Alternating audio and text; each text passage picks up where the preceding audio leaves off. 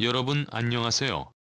저희는 최신 및 가장 흥미로운 정보가 해외 토픽 속 대한민국을 찾아냅니다. 영상 유익하셨다면 구독과 좋아요, 알림 설정 부탁드리며 댓글로 의견도 남겨주세요. 전 세계적으로 적의 방공망을 무력화시키기 위해 스텔스 유인 전투기나 장거리 순항 미사일 등을 활용하고 있습니다. 지난 1990년대 말부터 현재까지 생존성과 임무 성공률 향상을 위한 스텔스 무인 전투기에 대한 연구가 활발히 진행되고 있는 중인데요. 스텔스 무인 전투기의 최우선 운용 목표는 고위험 적방공망에 접근하거나 침투해 공격하고 신속히 빠져나오는 것으로 스텔스 기술과 고속성된 기술이 필수적입니다. 그런데 최근 국방과학연구소가 무인기 스텔스 기술을 독자 개발했다는 놀라운 소식이 전해졌습니다. 생존성과 작전 성공 향상을 위해 스텔스 무인 전투기 개발 현재 활발하게 진행되고 있습니다. 이런 가운데 우리 군이 첨단 무기 개발 성과를 거두고 있어 전 세계가 주목하고 있는 상황이라고 하는데요. 네, 안녕하십니까? 군사기밀 뉴스TV입니다. 알람 설정을 하시면 영상 업로드 시 바로 시청하실 수 있습니다. 국방과학연구소에 따르면 최근 우리 군은 레이더에 탐지되기 어려운 비행체 형상 설계 기술을 개발했습니다. 앞서 국방과학연구소는 2016년부터 더 비싼 무인 항공기의 핵심 기술을 연구해왔습니다. 그런데 올해 성과를 내면서 5년 만에 무인기 스텔스 기술을 개발하는 쾌거를 이룬 것인데요. 우리 군은 레이더에 탑재될 확률이 적은 저피탐 형상과 전파 흡수 물질을 적용한 모형 비행체를 만들어 레이더 반사 면적 측정 시험을 수행했고 그 성능을 확인한 것으로 전해졌습니다. 또한 항공기 꼬리 날개가 없는 형상을 지닌 축소 모형을 제작하고 비행시험을 실시해 비행제 알고리즘을 검증함으로써 더 비싼 무인 항공기에 필요한 핵심 기술을 확보했습니다. 최근 세계 각국은 레이더 탐지의 가능성을 낮추고자 스텔스 기능이 포함된 무인 정찰기 전투기 개발에 현란입니다. 이를 위해 항공기 꼬리 날개가 없는 무인기 기술이 주목을 받는 추세입니다. 이에 국방과학연구소도 최대 고도 10상공에서 3시간을 비행할 수 있고 적에게 탐지될 확률을 최소화하는 버핏한 무인 전투기 개발 사업을 진행하고 있는데요. 우리 군은 이번 성과를 토대로 더 비싼 비행체 기술 개발 선도를 목표로 기술 고도화의 연구 역량을 집중해 나갈 방침입니다. 사실 한국의 스텔스 역사는 생각보다 긴 역사를 가지고 있습니다. 1990년 걸프전에서 F-117 스텔스 전폭기가 큰 활약을 펼치면서 한국도 스텔스 기술에 대해 뛰어들기 시작했는데요. 이후 한국은 지난 1999년 스텔스 형상 설계 재료 개발 과제를 개시하며 스텔스 무기 체계 연구 본격화에 나섰습니다. 그런데 우리 군의 성과는 생각보다 빨리 나타났습니다. ADD가 300여 종의 무기 개유기계 금속계 물질을 사용해 테스트를 하는 등 시행착오 끝에 도전 선체 자성 선체 본격 선체 기능 모두를 갖춘 나노구조 신물질을 개발하는 데 성공해낸 것입니다. 아울러 ADD는 새로운 RAM메이다 흡수물질을 개발하면서 각각의 재료물질이 어떻게 반응하는지 데이터베이스로 축적하는 등 추가적인 개발과 개량이 가능하도록 기술을 확보한 상태인데요. 앞으로 ADD와 KI는 KF-1의 블로그를 실전 배치해 클로기부터 내장형 웨폰 베이를 장착하고 RAM도료 기타 절연 재료를 적용함으로써 5세대급 스텔스 전투기로 거듭나게 할 계획입니다.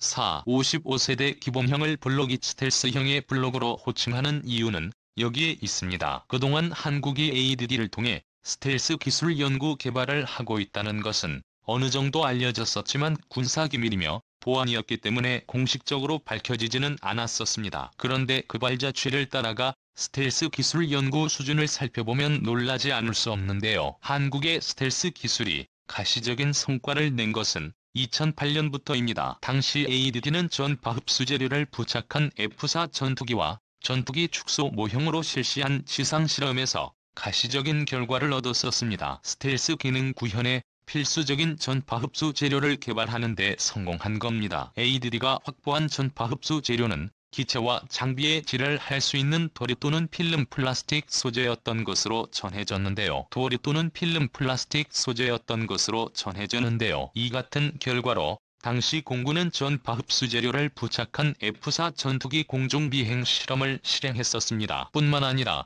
당시에 우리 군은 전투기와 함정이 레이더 전파를 최대한 피할 수 있는 스텔스 형상 설계 기술 일부도 확보했었는데요. 이러한 기술을 바탕으로 한국은 중국, 일본보다 앞선 한국의 독자 스텔스 무인 전투기 개발을 차근차근 진행해 나가고 있습니다. 스텔스 전투기의 경우 개발 장벽이 높은 고도의 기술이 요구되기 때문에 중국과 일본이 한국을 따라올 수 없는 상황까지 도달한 것입니다. 실제 중국은 각종 드론을 개발하며 미국을 팔아잡으려 하고 있지만 스텔스 무인 전투기는 아직까지 제대로 개발하지 못하고 있습니다. 이 때문에 조바심이 난 중국은 스텔스 무인 전투기인 스타크 소드를 공개했었지만 반면 실제 비행 영상을 공개하지 않아 성능과 스텔스 개발 능력이 의문시되고 있는 상황입니다. 마찬가지로 중국산 전투기도 제대로 된 성능이 검증된 적이 한 번도 없기도 합니다. 그리고 일본은 전통적으로 전투기에 쓰이는 엔진을 외국 제품에 의존해 왔었는데요. 이 때문에 엔진 기술 리스크는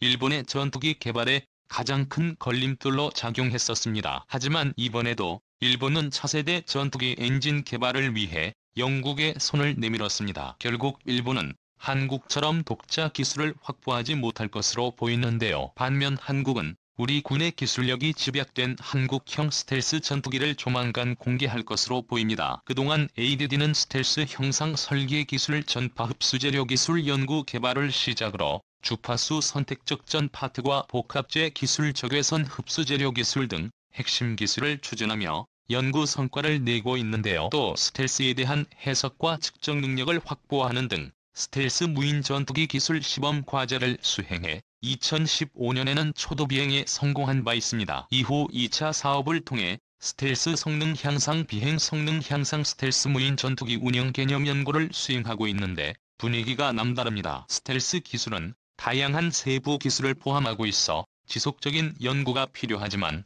최근의 성과를 보면 한국형 스텔스의 윤곽이 어느 정도 나왔다고 해도 과언이 아닌데요. 실제로 미국 군사 전문가들의 한국 스텔스 전투기에 대해 극찬하기도 했습니다. 한 미국 군사 전문가는 한국의 UC-헬보이가 개발된다면 KF-21은 F-2가 바로 밑 한 개 안이 동급일지도 모른다고 밝혔는데요. K의 획색수가 이상 징후 발생 시 K의 PA-21에게 상황을 공유하면 적의 방공망을 피해 초저공 비행으로 적을 사전에 경멸시킬 수 있습니다. 국산 무기체계의 장점인 네트워크 연결 능력이 또 하나의 무기가 되고 있는 것인데요. 뿐만 아니라 아시안 밀리터리의 리뷰도 한국은 뛰어난 무인기 기술을 보유하고 있다며 극찬하기도 했습니다. 아직 독자적인 무인 전투기를 개발할 엄두를 내지 못하고 있는 일본과는 대조적인 상황입니다. 한국은 스텔스 기술뿐만 아니라 스텔스를 탐지하고 추적할 수 있는 카운터 전략도 마련하고 있습니다. 국방과학연구소가 더 피타 항체를 포착해 추적할 수 있는 레이더 기술을 국내 독자 기술로 개발한 것인데요. 앞서 하나 시스템이 2019년 초당파 레이더로 소형 스텔스기를 탐지하는 기술을 독자 개발한 데 이어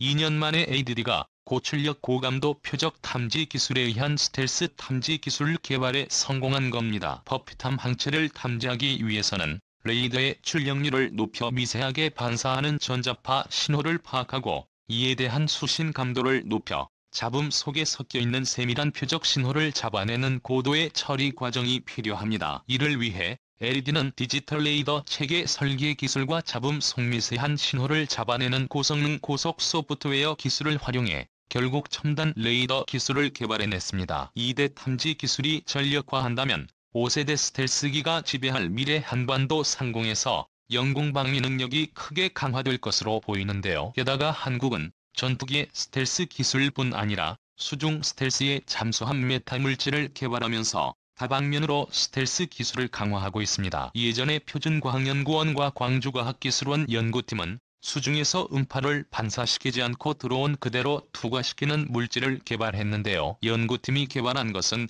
음파의 굴절률을 제어하는 기술입니다. 일반적으로 물속에서는 전자파나 레이더 신호가 닿지 않아 음파로 물체를 탐지하기 마련입니다. 하지만 이 메타 물질은 전파에 탐지되지 않는 스텔스 전폭기처럼 물속에서 음파에 탐지되지 않는 국산 스텔스 잠수함을 만들 수 있습니다. 실제로 누군가 이 물질의 음파를 쏘아 측정한다면 전파가 끊기거나 왜곡되지 않고 마치 아무 물질을 만나지 않고 그대로 진행한 것처럼 여길 수밖에 없다고 합니다. 즉 물체가 존재하지 않는 것과 같은 효과를 낼 수 있어 조만간 수중 스텔스의 핵심 기술로 적용될 수 있을 것으로 보이는데요. 다양한 스텔스의 핵심 기술을 한국이 보유하고 있는 만큼 조만간 한국에서도 각종 센서와 무장을 탑재한 스텔스 무기가 등장할 것으로 보이는데요. 독자 기술로 개발한 한국형 무기가 세계를 얼마나 놀라게 할지 관심 있게 지켜봐야 할 것 같습니다. 군사기밀 뉴스TV입니다. 다음 영상에서 만나요. 시청해주셔서 감사합니다.